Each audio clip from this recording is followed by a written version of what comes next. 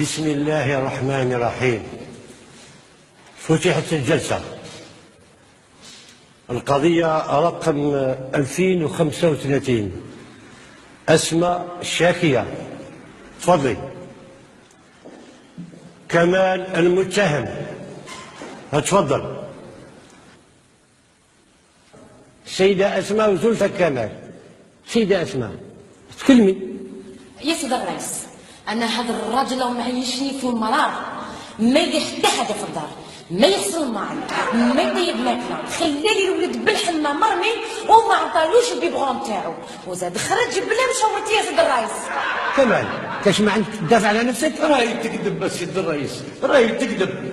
شوف يا سيدي الرئيس، المرأة تاعي اللي تخدم على 7:30، انا على 5 تاع الصباح نكون واقف نوجد في القهوه ونديها لها حتى للبنك. يا سيدي الرئيس سمعت، والشغل تاع الدار كلش راسك فيا انا، الدراري، الحوايج، المسيح، غسيل الماعن، كل حاجه انا اللي نديرها. يا سيدي الرئيس بصح شوف، تعرف كيفاش عندي واحد الولاد يا سيدي الرئيس جنون، نهار طول هما يخمجوا في رواحتهم، وانا نهار طول يا سيدي الرئيس وانا على البسيمه تاع الحوايج نغسل.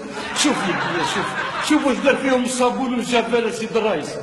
عندك خطره واحده برك، قلت نروح نضرب تحميمه، لميت حوايجي يا سيدي الرئيس، قلت انا اروح للحمام. بصح شوف يا سيدي الرئيس ما كانتش في الدار، على خاطر لو كانت في الدار والله يا سيدي الرئيس كذاب. يا سيدي الرئيس كذاب. انا اللي كذب. اسكت. شوف يا سيدي الرئيس اسكت. قالك اسكت اسكت، راني هنا، انا هي المحاميه ديالك، واش قصدتني قنطره؟ سيدي الرئيس نعم.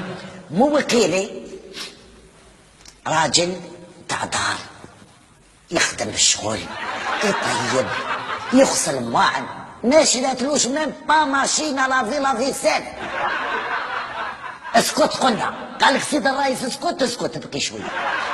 فهمت سيدي الرئيس؟ هذه المرأة غولة حقرته، عندها الحق، قالت لازم يشاورها باش تروح للحمام. ها بصح الحمام على قداش؟ من 11 تاع الصباح حتى لل5. بصح هو طيب الفطور وغسل الماعن وعطى البيبغون البيبي.